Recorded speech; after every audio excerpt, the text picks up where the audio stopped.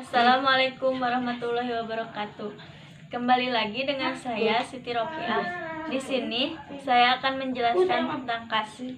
Tujuan pembelajaran.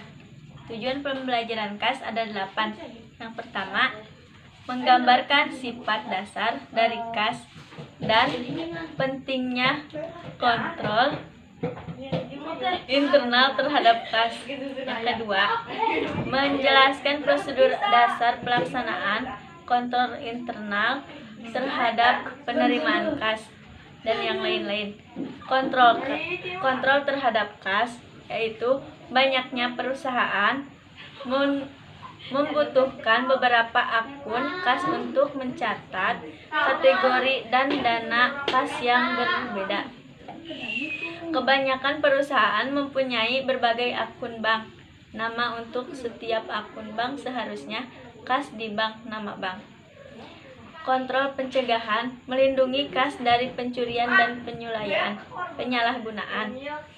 Kontrol deteksi dirancang untuk mendeteksi pencurian dan penyalahgunaan KAS sekaligus terhadap pula mencegahnya.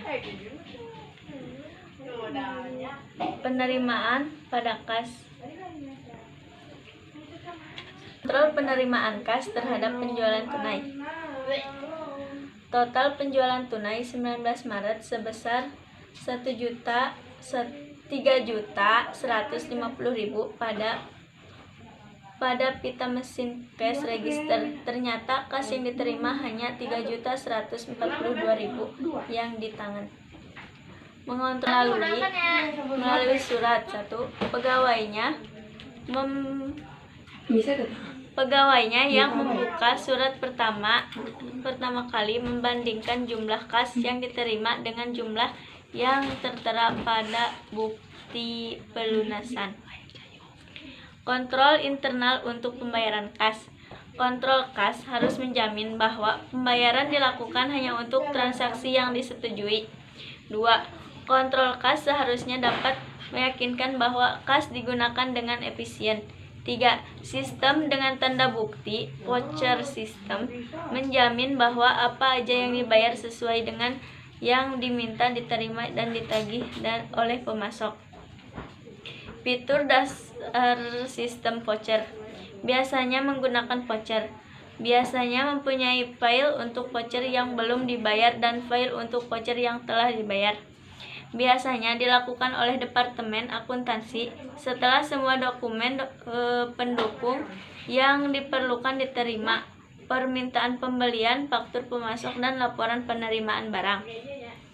Laporan yang diterima dari bank untuk semua transaksi rekening disebut laporan saldo rekening.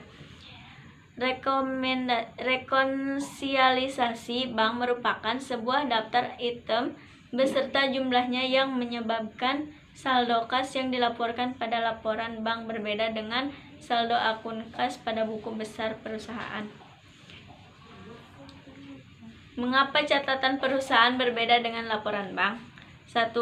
Cek beredar. 2. Simpanan dalam perjalanan. 3. Biaya pelayanan bank. 4. Penerimaan oleh bank. 5. Cek kosong atau tidak cukup dananya. 6. Kesalahan. Tahap-tahap melakukan rekonsiliasi bank. 1. Bandingkan setiap deposit pada laporan bank dengan deposit yang belum dicatat yang muncul pada rekonsiliasi periode sebelumnya.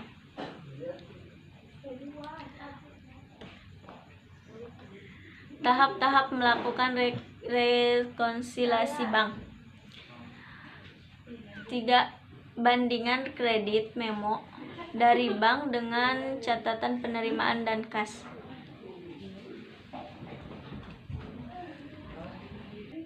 Ayat jurnal harus dibuat untuk penyesuaian pada sisi depositor yang ada di rekonsiliasi bank.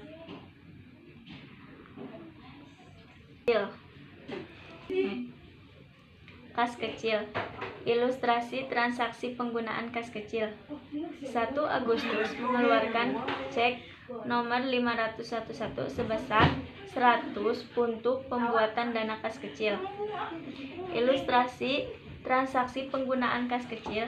Akhir Agustus, kas kecil telah digunakan untuk pengeluaran berikut: perlengkapan kantor 28, materai perlengkapan kantor 22, perlengkapan toko 35, dan biaya administrasi lainnya 3.